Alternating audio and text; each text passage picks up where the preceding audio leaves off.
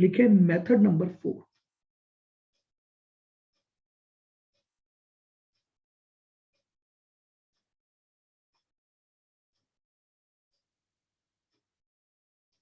Method 4,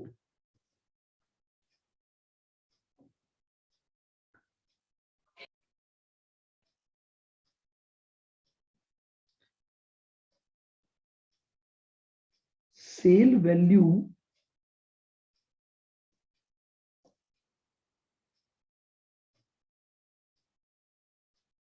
eight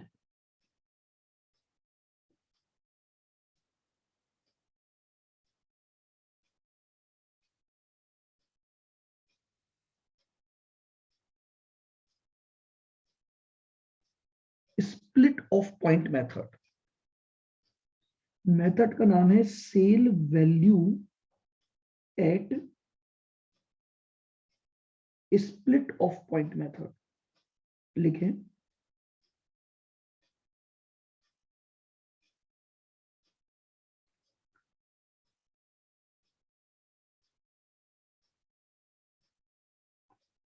under this method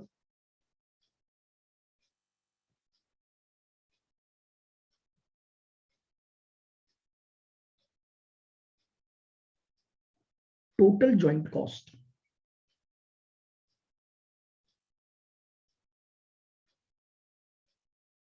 will be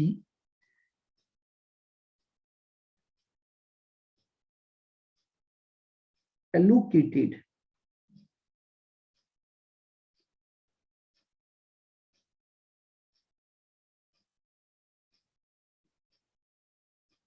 in the ratio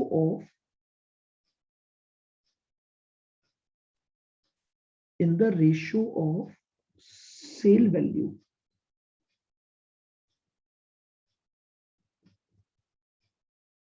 at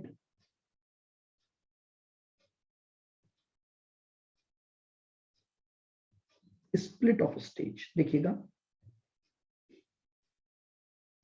ए और B, मान लीजिए ये दो जॉइंट प्रोडक्ट है हमारे।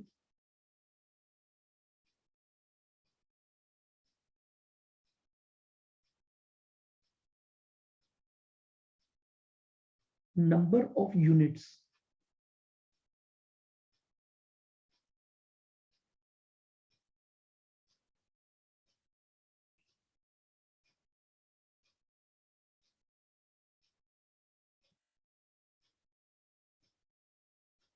Selling price at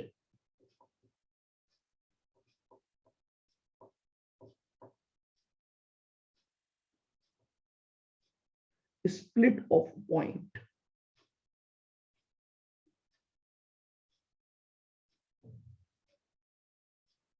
number of units को मल्टीप्लाई कर दूंगा।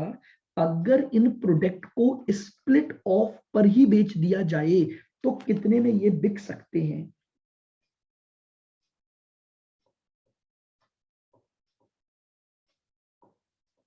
ये आपके पास सेल वैल्यू आ जाएगी।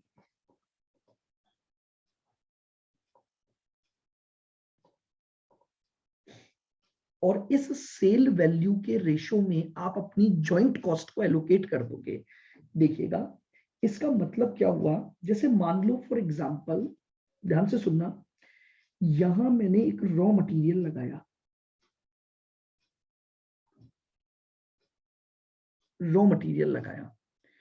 ठीक है। इस रॉ मटेरियल पर मैंने कुछ प्रोसेसिंग की,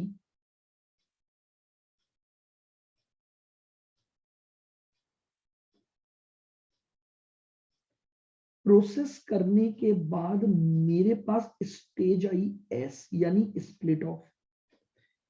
इस स्प्लिट ऑफ पर मुझे पता लगा कि मेरे दो प्रोडक्ट बनकर तैयार हुए, ए प्रोडक्ट और बी प्रोडक्ट।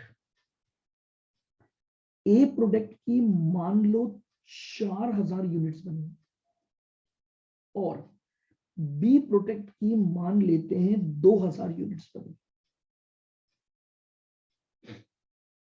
ए प्रोडक्ट की 4000 यूनिट बनी और बी प्रोडक्ट की 2000 यूनिट बनी। या जैसे हम बात कर रहे हैं चिप्स की और फ्राइज की, कोई भी आइटम की। अब हमने उनको इमीडिएटली इसी स्टेज पर सेल कर दिया, यानी इस पर कोई और खर्चे नहीं लगाए, कुछ और एक्सपेंसेस नहीं लगाए। मैंने डायरेक्टली उन प्रोडक्ट को इसी जगह पर, जब मुझे इनके सेपरेट होने का पता लगा, उसी समय इसको बेच दिया। मान लीजिए इसको तो बेचा 15 रुपए ईच के हिसाब से,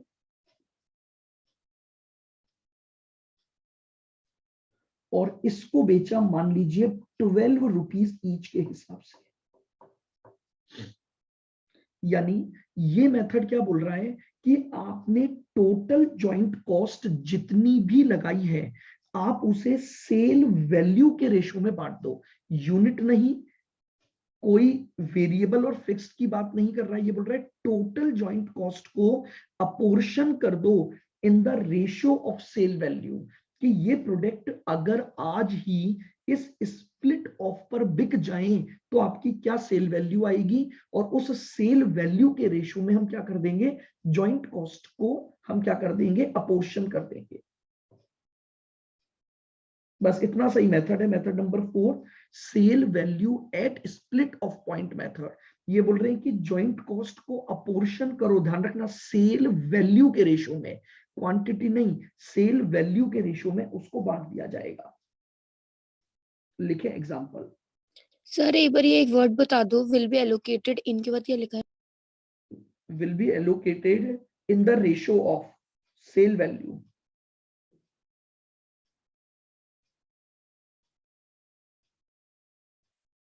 सर अगर अपन डायरेक्ट स्प्लिट ऑफ पॉइंट के बाद में बेच देंगे तो फिर आपने कहता ना पैकेजिंग तो इस पॉइंट के बाद में ही होती है। तो जरूरी थोड़ी है पैकिंग करें, क्या क्या आपको चिप्स खुले नहीं मिलते बाजार में?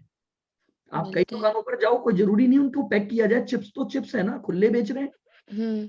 कहाँ दिक्कत है?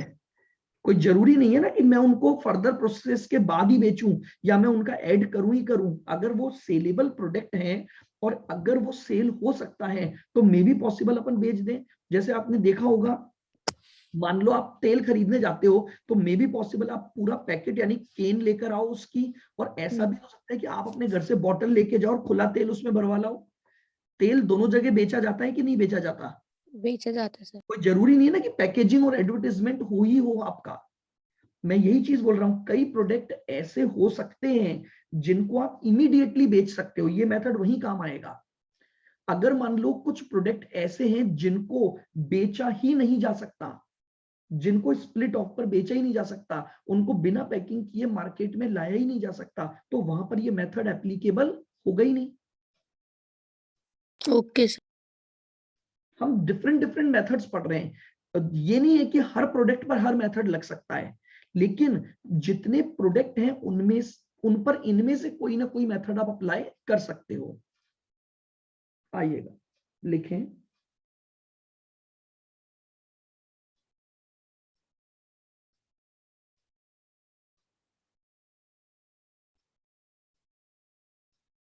Total joint cost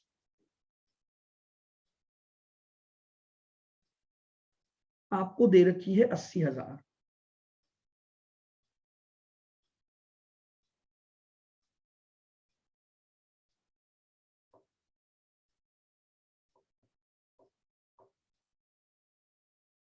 joint products x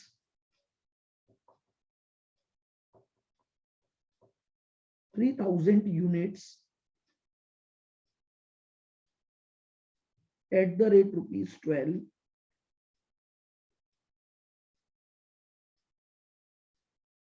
joint products and sale price पूरा ही लिख लो आप, eight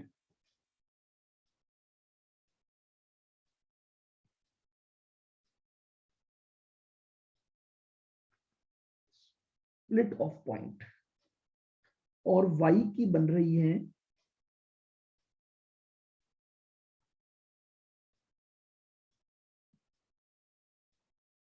₹8।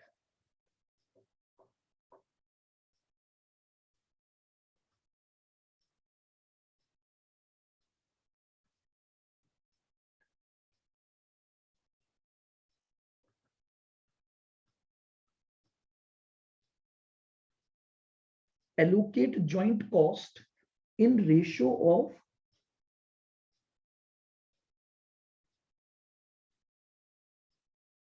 respective sale value.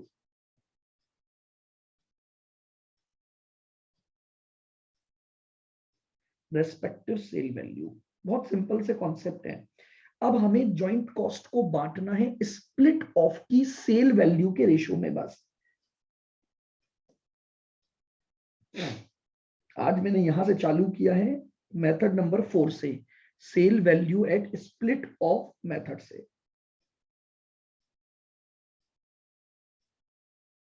Okay sir.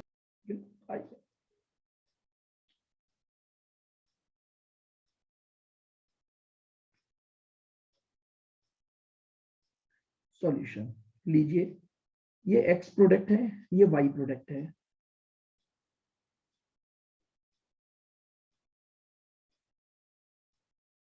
Number of units इसकी है 3000 यूनिट और इसकी है 2000 यूनिट।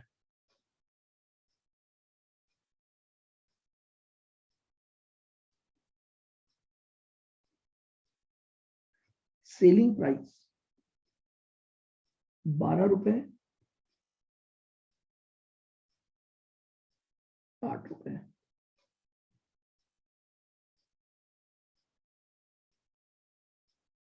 तो लीजिएगा, मेरे पास सेल वैल्यू आ गई 36,000 और 16,000। तो अब ये जो सेल वैल्यू आई, इसके रेशियो में मैं क्या कर दूंगा, ज्वाइंट कॉस्ट को बांट दूंगा।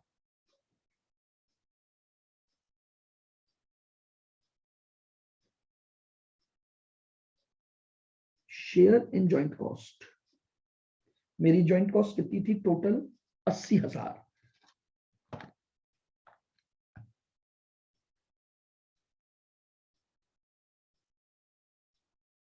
डिवाइडेड बाय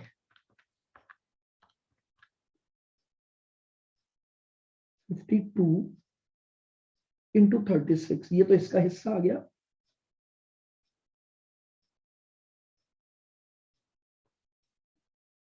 इंटू 16, ये इसका हिस्सा आ गया। 80,000 डिवाइडेड बाय 52 इंटू 36,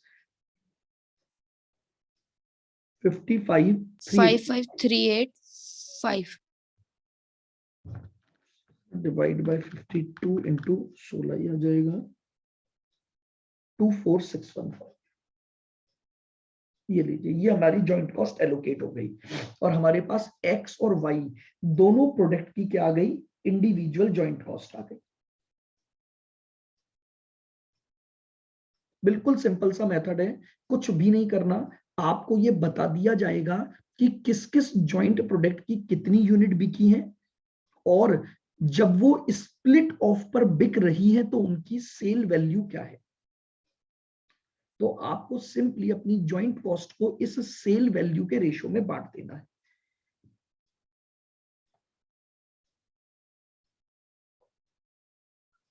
चले आगे, method number 5।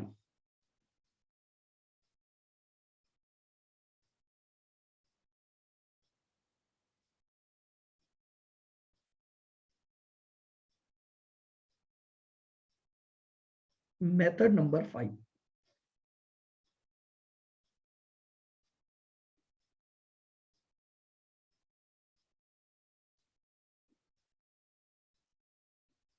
Market value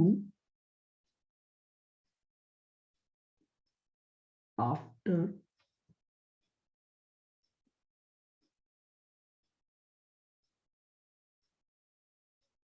further processing.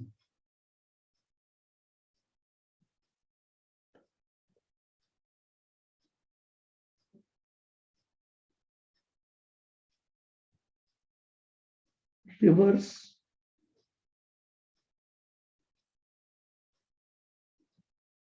Cost method या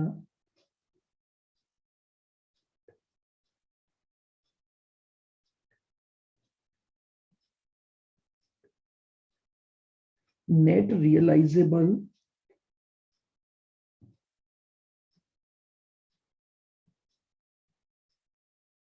वैल्यू,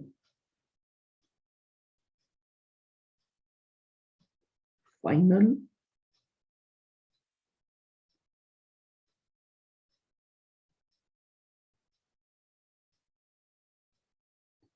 इनमें से कोई भी नाम लिख के दिया जा सकता है। Market value after further processing method, reverse cost method, net realisable value method या फाइनल सेल वैल्यू मेथड, सारे एक ही मेथड के नाम हैं।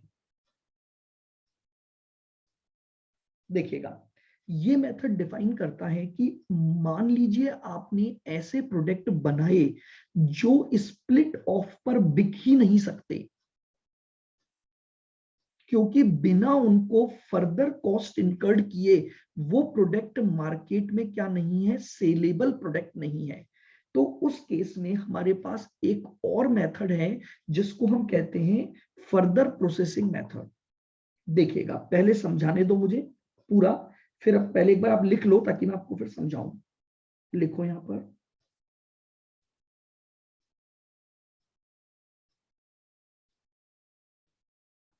Under this method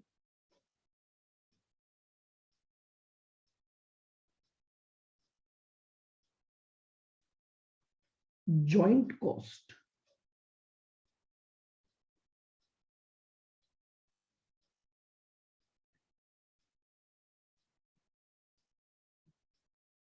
will be allocated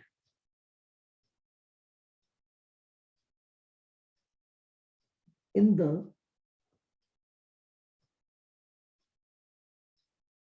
following manner.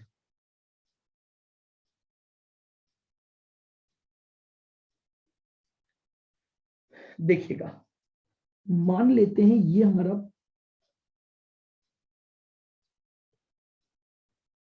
Product X है, ये प्रोडक्ट वाई है।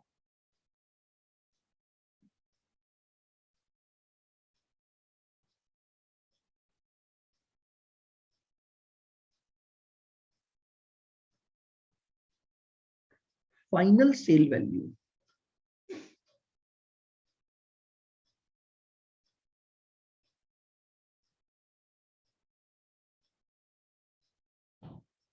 फाइनल सेल वैल्यू का मतलब है इन प्रोडक्ट को, ध्यान से सुनना, इन प्रोडक्ट को हम फर्दर प्रोसेसिंग के बाद अगर बेच रहे हैं पैकिंग वगैरह करके, सब जो हमारी फाइनल सेल वैल्यू है, सबसे पहले मैंने वो वैल्यू ले ली। लेकिन अब मुझे एक बात बताएं, ये फाइनल सेल वैल्यू में तो बहुत सारे ऐसी भी चीजें जुड़ी हुई हैं जिनका जॉइंट कॉस्ट से कोई रिलेशन नहीं है। आओ, मैं इसमें से सबसे पहले लेस करूंगा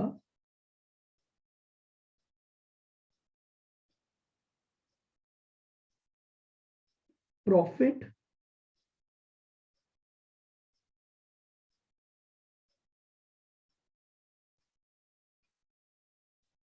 इफ गिवन। अगर मुझे प्रॉफिट दिया हुआ है तो पहले प्रॉफिट माइनस कर दो,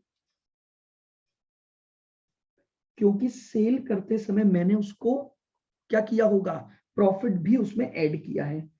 अगर मैं सेल्स में से प्रॉफिट हटा दूंगा तो क्या मुझे मेरी टोटल कॉस्ट पता लग जाएगी? Yes sir. चलिए, इसमें से माइनस कर दीजिए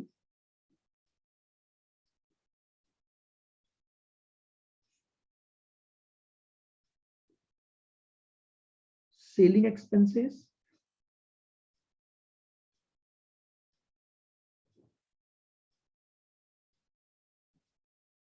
और सेपरेट कॉस्ट, यानी फर्दर प्रोसेसिंग की जो कॉस्ट मेरी लगी, क्योंकि ये प्रोडक्ट फर्दर प्रोसेसिंग के बाद ही बिका।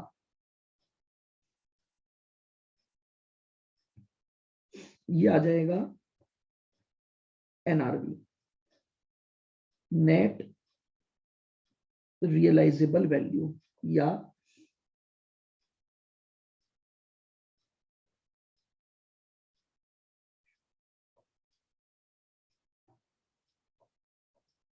Ratio for allocation of joint cost. इस sir net realise value, net realisable value ये लिखा ना ऊपर मैंने मेथड का नाम,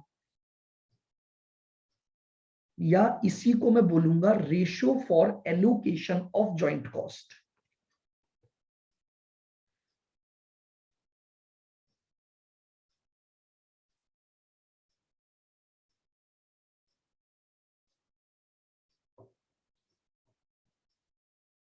अब देखिएगा मेरी बात को सुनना, पहले ये फॉर्मेट बना लीजिए, फिर जो मैं आपको समझाना चाह रहा हूं वो आप समझिएगा। देखो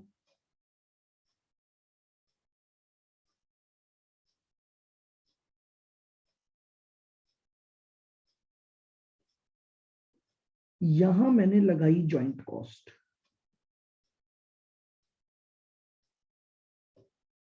ठीक है। जॉइंट कॉस्ट के लगाने से मेरे पास एक स्टेज आई which is known as split of.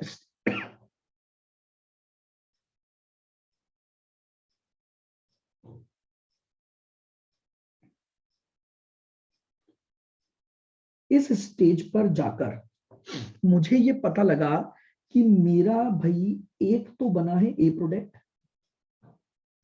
एक बना है बी प्रोडक्ट।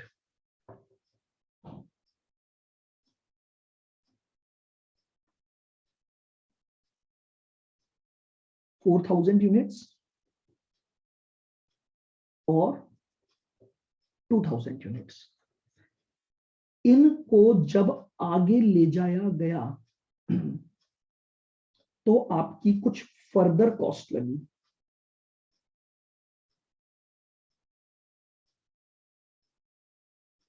फर्दर कॉस्ट लगी,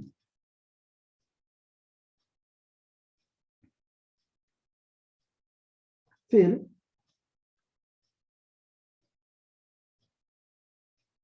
सेलिंग एक्सपेंसेस भी लगे मान लो, और फिर ये मैंने अभी प्रॉफिट नहीं लिया, एक बार फाइनली सेल हो गया। कोई जरूरी नहीं है मुझे क्वेश्चन में प्रॉफिट परसेंटेज गिवन हो, हम केवल कॉस्ट के एलोकेशन की बातें कर रहे हैं। ऐसा ही यहां पर हुआ,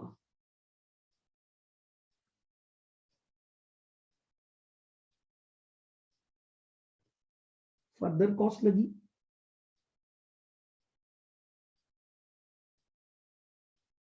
सेलिंग एक्सपेंसेस लगे और सेल।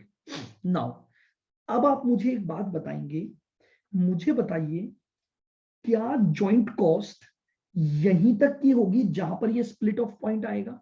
क्या इसके बाद की कोई भी कॉस्ट जॉइंट कॉस्ट हो सकती है क्या? नो सर, नहीं हो सकती। अब प्रॉब्लम ये है कि मुझे बांटना इस जॉइंट कॉस्ट को है, और जो केवल उस स्टेज तक लगती है जिस स्टेज पर स्प्लिट ऑफ पॉइंट होता है, उसके बाद की कॉस्ट कभी भी जॉइंट कॉस्ट नहीं हो सकती। लेकिन अब प्रॉब्लम ये है कि मेरे पास स्प्लिट ऑफ के लिए कोई मेथड अवेलेबल नहीं है। कोई बात नहीं, मैं एक रिवर्स वर्किंग से चल रहा हूं, मेरे साथ साथ बिल्कुल ध्यान से समझना। देखो इधर कर्सर के पॉइंट को देखना, मान लो मैंने ये सेल वैल्यू उठाई, इस सेल वैल्यू में से मैंने माइनस कर दिया सेलिंग एक्सपेंसेस और माइनस कर दिया मैंने फर्दर कॉस्ट, तो जानते हो एक तरह से मैं इस स्टेज पर पहुंच गया। आप देखो, सोच के देखना, यहां पर मैं आपको ऐसे बोलूं, सोचो, मान लो ये ए प्रोडक्ट 3,000 रुपए में बिक सकता था यहां पर, फिर मैंने उसमें फर्दर कॉस्ट लगाई 400 रुपए, सेलिंग एक्सपेंसेस लगाए 100 रुपए, तो इसका मतलब अब जो सेल वैल्यू होगी वो एटलीस्ट 3,500 में तो होगी कि नहीं होगी? कोई प्रॉफिट नहीं है, मैं एक बार प्रॉफिट एलिमेंट को हटा रहा हूं, तो आप समझें 3,000 यहां तक, 400 रुपए फर्दर कॉस्ट, 100 रुपए के सेलिंग एक्सपेंसेस, तो भी फाइनल सेल वैल्यू बनी 3,500। अब मैं एक बहुत सिंपल सी बात बोल रहा हूं, मुझे जॉइंट कॉस्ट बांटनी तो यहीं पर है जहां पर ये ए और बी अलग हुए, मुझे इसके आगे जाने का कोई मतलब नहीं है। बट प्रॉब्लम ये है कि मेरे पास डेटा जो है ना वो स्प्लिट ऑफ का अवेलेबल नहीं है। या अवेलेबल तो है, बट क्वेश्चन की रिक्वायरमेंट है कि आपको फाइनल सेल वैल्यू को बेस मान के ही एलोकेशन करना है।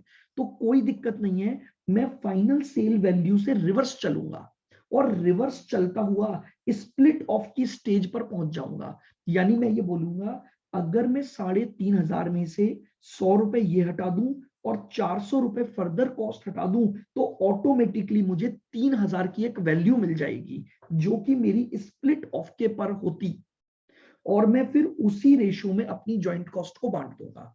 तो ये केवल उन प्रोडक्ट के लिए यूज होता है जहां पर आपको स्प्लिट ऑफ की सेल वैल्यू दी नहीं गई हो। यानी आपसे ये बोला जाए कि आप फाइनल सेल वैल्यू को उठाकर और उससे आप ज्वाइंट कॉस्ट का एलोकेशन करो। बट एक चीज ध्यान रख लेना, फाइनल सेल वैल्यू के रेशो में ज्वाइंट कॉस्ट नहीं बांट सकते। क्यों?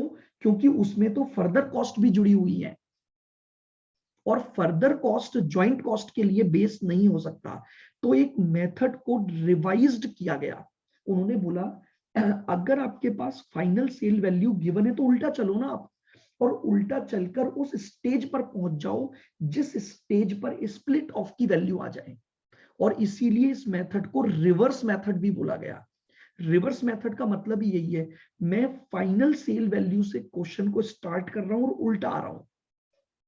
तो समझ रहे हैं?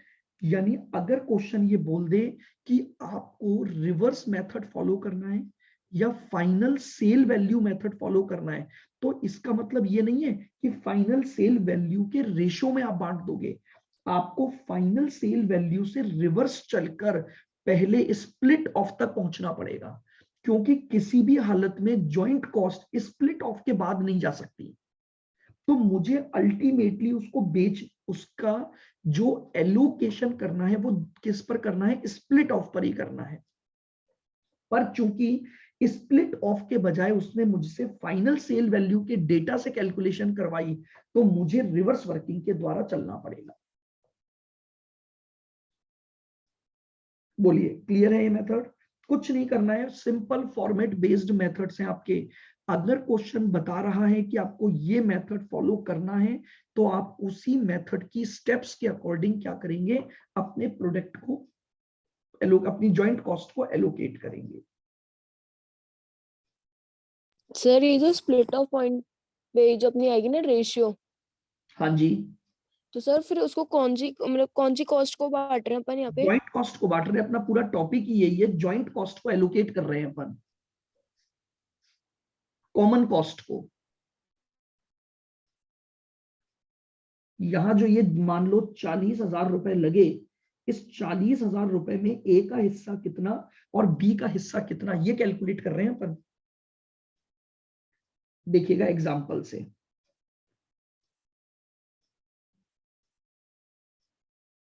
अभी क्वेश्चन जैसे जैसे अपन करेंगे आपको सारे मेथड्स क्लियर होते जाएंगे, क्योंकि प्रैक्टिकली आप सोच के देखो, हमारे पास मेथड्स हैं बस केवल। अब उन मेथड्स के अकॉर्डिंग हमें वर्क करना है, जैसा जैसा क्वेश्चन बोलेगा हम उसको करेंगे। लिखिएगा,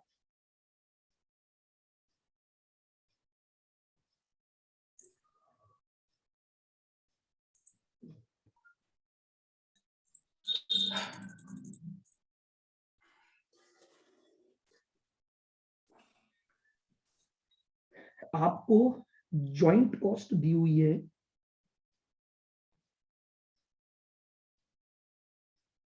₹1,00,000।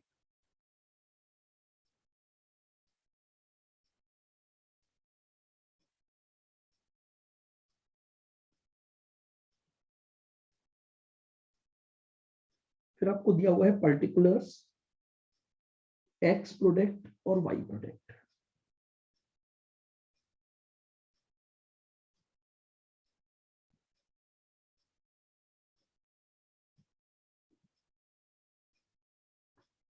फाइनल सेल वैल्यू, आपको इसकी फाइनल सेल वैल्यू दी हुई है 2,00,000 और इसकी final sale value 80,000।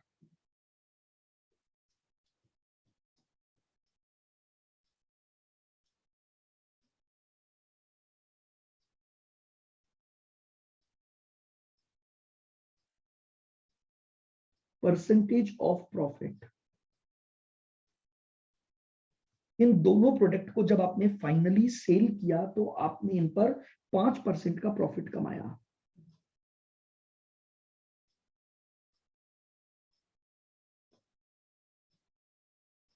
Selling expenses,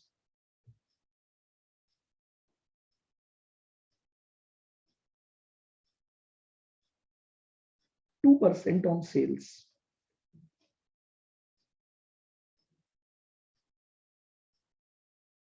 आपके जो सेलिंग एक्सपेंसेस हैं वो 2% ऑन सेल्स है।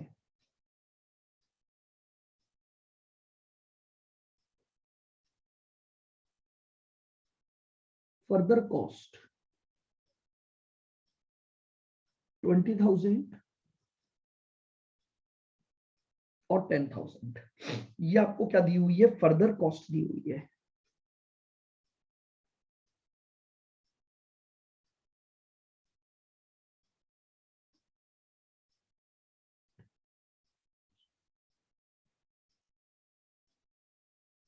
Allocate joint cost using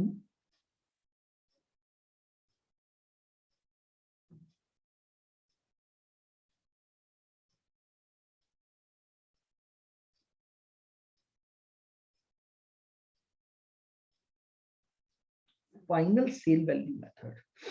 आपको इस 1 लाख की ज्वाइंट कॉस्ट में ये बताना है कि एक्स का हिस्सा कितना है और वाई का हिस्सा कितना है। और इस बार आपको जो मेथड काम में लेना है वो मेथड है आपका फाइनल सेल वैल्यू मेथड। कुछ नहीं, एक रेशियो फाइंड आउट करना है बस हमें।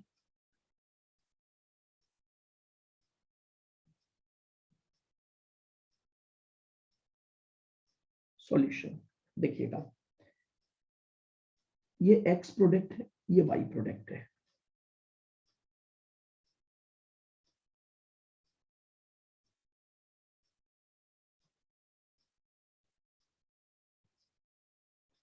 फाइनल सेल वैल्यू 2 लाख और 80,000।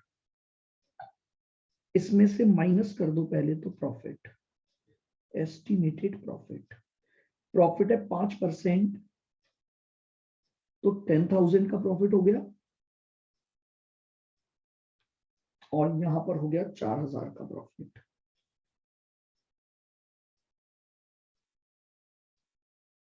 तो सेल्स में से मैंने प्रॉफिट हटाया तो मुझे टोटल कॉस्ट मिल गई।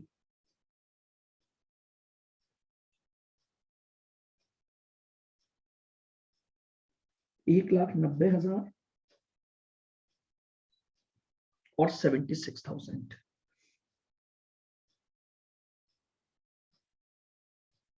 लेस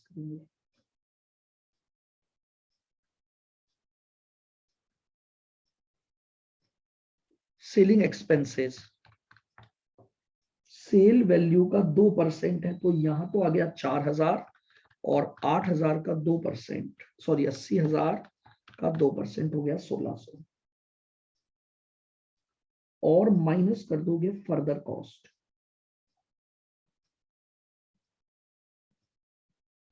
और माइनस कर देंगे हमारी फर्दर कॉस्ट जो आपको दे रखी है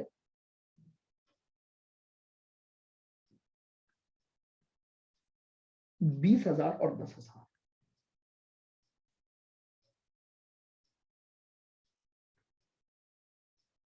एनआरवी आ गई 190 माइनस 24,000 तो 166, तो ये वैल्यू आ गई। और 76,000 माइनस 1,600 और minus 10,000 64,400।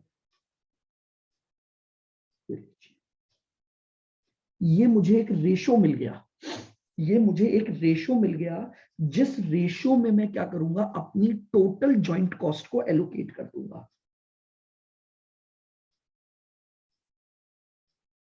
Share in joint cost,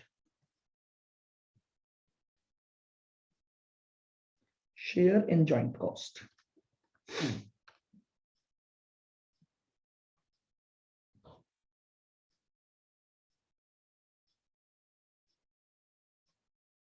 1 sir ये लाख। एनआरवी और जॉइंट कॉस्ट में डिफरेंस क्या है, एक बार ये बता दो।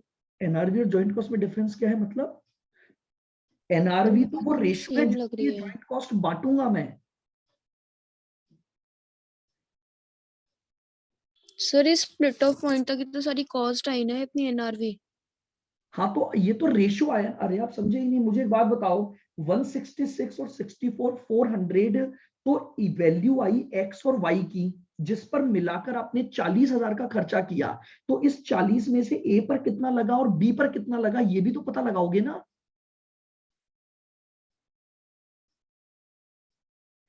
जॉइंट कॉस्ट क्या होती है? दो प्रोडक्ट की कंबाइंड कॉस्ट। अब मैं आपसे ये पूछ रहा हूं, जैसे इस प्रोडक्ट में आपने जब कॉमन कॉस्ट लगाई 1 लाख रुपए, तो एक्स और वाई दो प्रोडक्ट बने कि नहीं बने? तो इसमें से कुछ खर्चा एक्स पर लगा, बने सर। कुछ खर्चा वाई पर लगा होगा। मुझे ये जानना है कि एक्स में, इस 1 लाख में एक्स का हिस्सा कितना है और इस 1 लाख में वाई का हिस्सा कितना है। उसे हम कह रहे हैं एलोकेशन करना। ठीक है। अब इस 1 लाख को बांटने के लिए एक रेशो काम में लिया, एनआरवी। इसको मैंने पीछे चला तो यहां मुझे एक वैल्यू मिली 166, और अब इन दोनों का टोटल 1 लाख थोड़ी आ रहा है। नहीं सर। तो मैं यही तो बोल रहा हूं, ये तो एक रेशो आया केवल। जिस रेशो में मैं 1 लाख को बांटूंगा तो मुझे ये पता लग जाएगा कि एक्स में ज्वाइंट कॉस्ट का कितना हिस्सा लगा हुआ है और वाई में ज्वाइंट कॉस्ट का कितना हिस्सा लगा हुआ है। केवल एलोकेशन का बेसिस है ये। आप समझिए, मुझे एक्स प्रोडक्ट का प्रॉफिट निकालना है मान लो, तो प्रॉफिट निकालने के लिए मुझे ये तो पता लगाना पड़ेगा ना कि भैया मेरे उस प्रोडक्ट की कॉस्ट कितनी कितनी आ रही है। हाँ सर। बस मैं वही चीज कैलकुलेट कर रहा हूं और कुछ नहीं कर रहा। क्योंकि आगे इसमें बनवाएगा ही आपसे वो प्रॉफिट स्टेटमेंट। तो प्रॉफिट स्टेटमेंट के लिए ये पहली वर्किंग बनेगी, क्योंकि जब तक मुझे ज्वाइंट कॉस्ट का हिस्सा पता नहीं लगेगा तब तक मैं प्रॉफिट नहीं निकाल सकता इंडिविजुअल प्रोडक्ट का। पर सर ये एनआरवी भी तो अपनी वही कॉस्ट होगी ना स्प्लिट ऑफ पॉइंट तक इंडिविजुअल प्रोडक्ट की। कॉस्ट नहीं हुई है, ये sale value at split off point पहुंचा हूं मैं एक तरह से। कॉस्ट कैसे अच्छा। हुई? क्योंकि मुझे यहाँ की सेल वैल्यू गिवन नहीं थी, मुझे सेल वैल्यू केवल आगे की गिवन थी। तो मैंने रिवर्स चलकर वहां की सेल वैल्यू निकाल ली कि अगर ये प्रोडक्ट स्प्लिट ऑफ पर बिक सकते होते तो इतने में बिक जाते। अच्छा ठीक है सर। मतलब ये कॉस्ट नहीं है, ये केवल एक रेशियो आया मेरे पास। चूंकि प्रॉब्लम ये, इसीलिए मैं आपको अभी आगे लिखवाऊंगा, the best method is sale value at split off point method. अगर क्वेश्चन साइलेंट होता है तो सबसे जो हम बेस्ट मेथड ले रहे हैं वो यही दोनों सेल वैल्यू मेथड होते हैं, या तो स्प्लिट ऑफ के या फर्दर प्रोसेसिंग, क्योंकि इससे भी हम उल्टा चलकर सेल वैल्यू एट स्प्लिट पर ही पहुंच जाते हैं। तो लिखिए, ये कितना आ गया, 166,000 प्लस 64,400, टोटल आ गया 230,400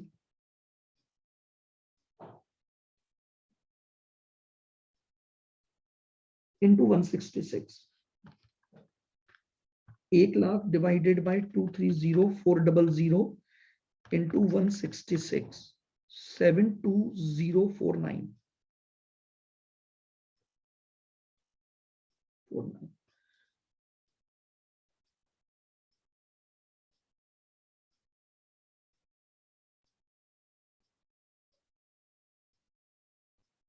ये लीजिए,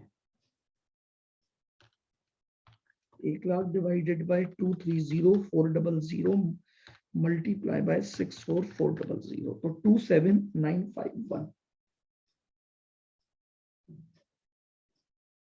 ये लो, बहुत सिंपल सा एक बेसिक अपन ने लिया कि हमारी 1 लाख की जो ज्वाइंट कॉस्ट लगी, उस ज्वाइंट कॉस्ट में एक्स का हिस्सा इतना है और वाई का हिस्सा इतना है।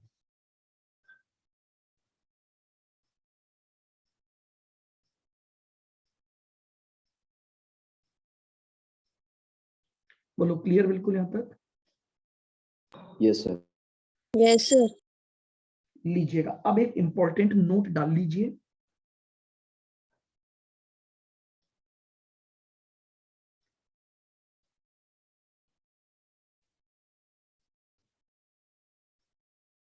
Note, if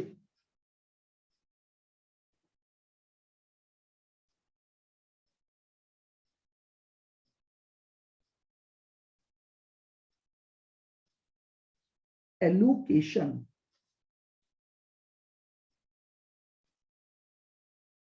method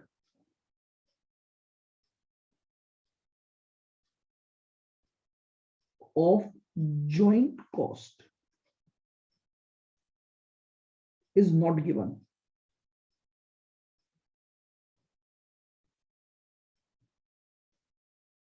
then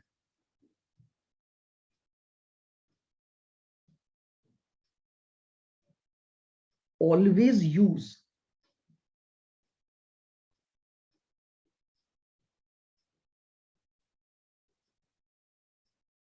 sale value at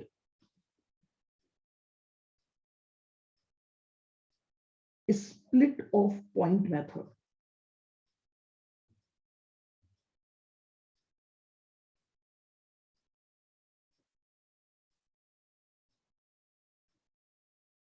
For allocation.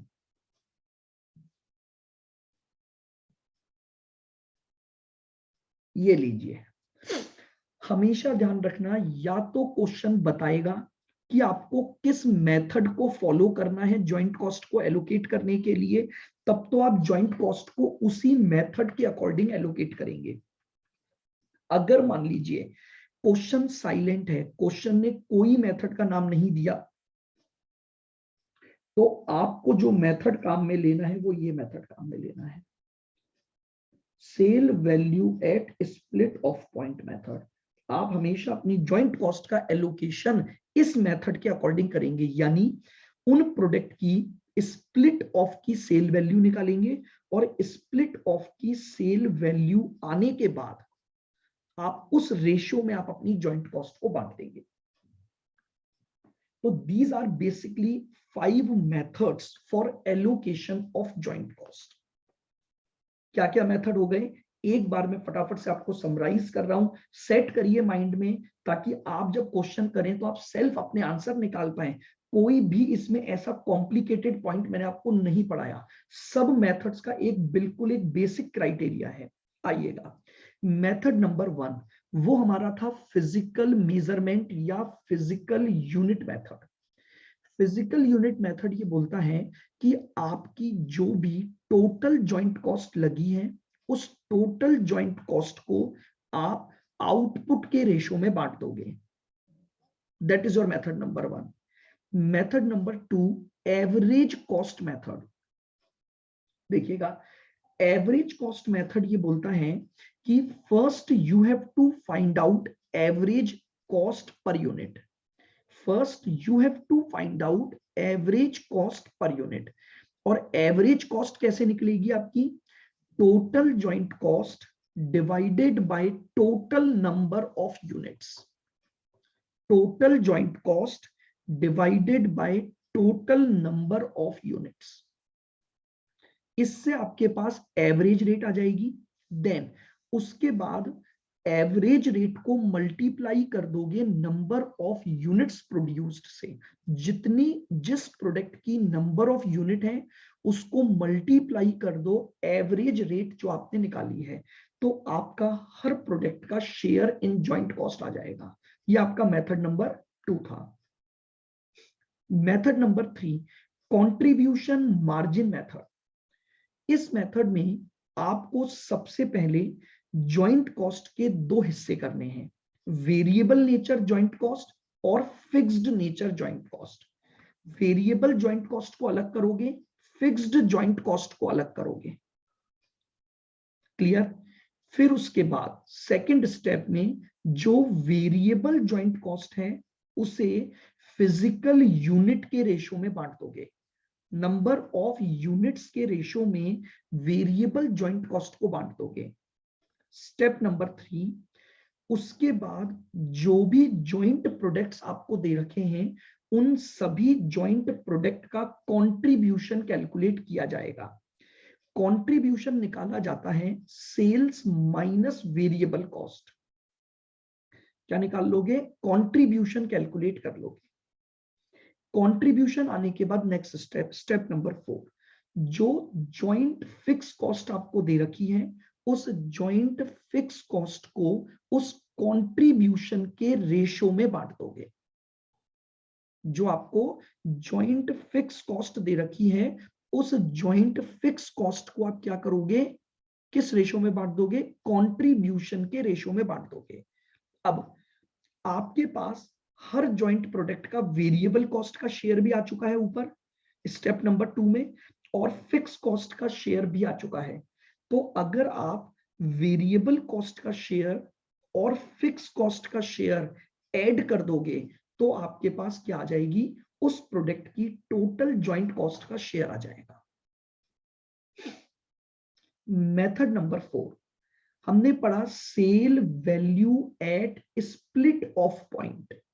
क्या पढ़ा, sale value at split off point, यानी अगर इन प्रोडक्ट्स को स्प्लिट ऑफ स्टेज पर ही बेच दिया जाए तो मुझे क्या सेल वैल्यू मिल सकती है। अगर इन प्रोडक्ट्स को स्प्लिट ऑफ पर ही बेच दिया जाए तो मुझे क्या सेल वैल्यू मिल सकती है। तो नंबर ऑफ यूनिट्स को मल्टीप्लाई कर दूंगा selling price at split off point पर, नंबर ऑफ यूनिट्स को मल्टीप्लाई कर दूंगा सेल वैल्यू एट स्प्लिट और selling price at split off point पर। अब ये जो सेल वैल्यू आएगी इसके रेशो में जॉइंट कॉस्ट को बांट दो, ये जो सेल वैल्यू आएगी इसके रेशो में जॉइंट कॉस्ट को बांट दो। And the last one is final sale value method. अगर मुझे स्प्लिट ऑफ की सेल के बजाय फाइनल सेल वैल्यू मेथड से अगर जॉइंट कॉस्ट को बांटना है तो इट डजंट मीन कि मैं फाइनल सेल वैल्यू के रेशो में बांट दूं। मुझे उस फाइनल सेल वैल्यू से रिवर्स चलना होगा और स्प्लिट ऑफ तक आना पड़ेगा। मुझे उस फाइनल सेल वैल्यू से रिवर्स चलना पड़ेगा और स्प्लिट ऑफ पर आना पड़ेगा, क्योंकि अल्टीमेटली स्प्लिट ऑफ तक ही जॉइंट कॉस्ट का एलोकेशन हो सकता है, उसके आगे नहीं हो सकता किसी भी रेशो में। आप देख लो हर जगह पर यूनिट भी ली मैंने तो कौन सी ली, जो स्प्लिट ऑफ पर है। कई बार ऐसा भी होता है कि स्प्लिट ऑफ से फाइनल तक जाते जाते यूनिट चेंज हो जाएं। आप समझ रहे हो, मुझे जो लेना है वो क्या ले रहा हूं मैं, स्प्लिट ऑफ ले रहा हूं मैं सारी बातें। तो आइए, अगर मैं फाइनल प्रोडक्ट बना रहा हूं तो सबसे पहले मैंने फाइनल प्रोडक्ट उठाया, उस फाइनल प्रोडक्ट को ये अज्यूम करते हुए पीछे लाओ कि अगर ये फाइनल प्रोडक्ट स्प्लिट ऑफ पर ही बिक जाता तो क्या होता।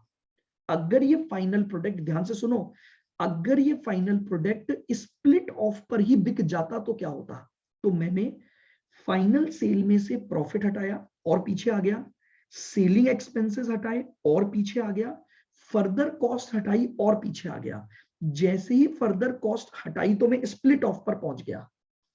क्यों?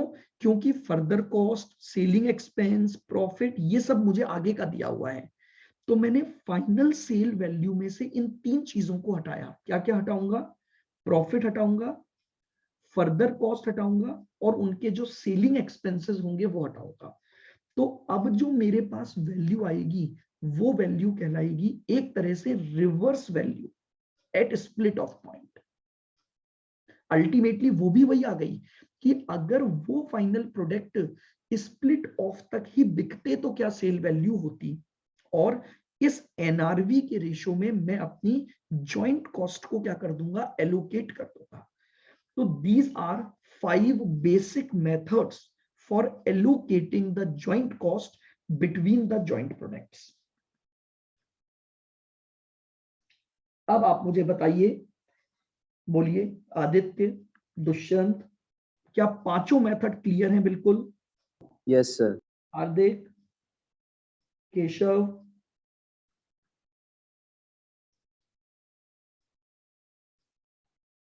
मेथड 4 दिखाऊं एक बार? बिल्कुल दिखाता हूं। Lavisha, Riddhi, Mayank, Radhika. Yes sir. Yes sir.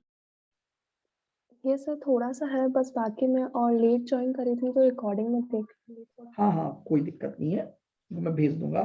ठीक है, बिल्कुल ध्यान से। फोर्थ मेथड में एक बार दिखा दूं, मैंने स्टार्टिंग जो ली थी। अभी हम बहुत सारे क्वेश्चन करेंगे अपने स्टडी, अभी मैंने इसीलिए ना तो स्टडी मटेरियल स्कैनर चालू ही नहीं किया, पहले आपको एग्जांपल से मैंने मेथड्स बताए। हम जैसे जैसे अभी आगे बढ़ते जाएंगे, क्वेश्चंस करेंगे, ये मेथड्स और क्लियर होते जाएंगे आपको कि लैंग्वेज कैसे आएगी, कैसे क्वेश्चन डिफाइन करेगा। बस बात ये है, क्वेश्चन ने अगर स्पेसिफाई कर दिया है तो उसी मेथड के अकॉर्डिंग बांटना, और अगर क्वेश्चन साइलेंट है तो साइलेंट के केस में ध्यान रखना कि आपको जो मेथड यूज करना है वो होगा sale value at split off point method. इसी मेथड में आपको इसको बांटना पड़ेगा।